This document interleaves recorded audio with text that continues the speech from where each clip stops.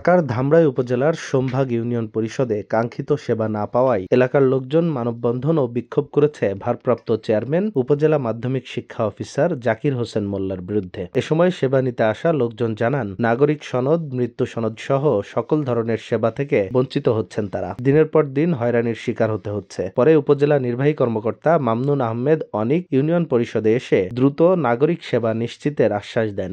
বর্তমান যে চেয়ারম্যান আছে উনি প্রত্যেকটা মানুষের হয়রানি করে, যে তার সাইন দেওয়ার জন্য প্রস্তুত থাকে না। উনি প্রত্যেকটা মানুষের ঘুরায় সাইন নেওয়ার জন্য, একটা চেয়ারম্যান সার্টিফিকেটের জন্য ঘুরায়, ট্রেড লাইসেন্সের জন্য ঘুরায়।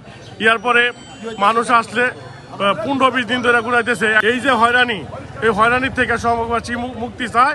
ওনারে এখান থেকে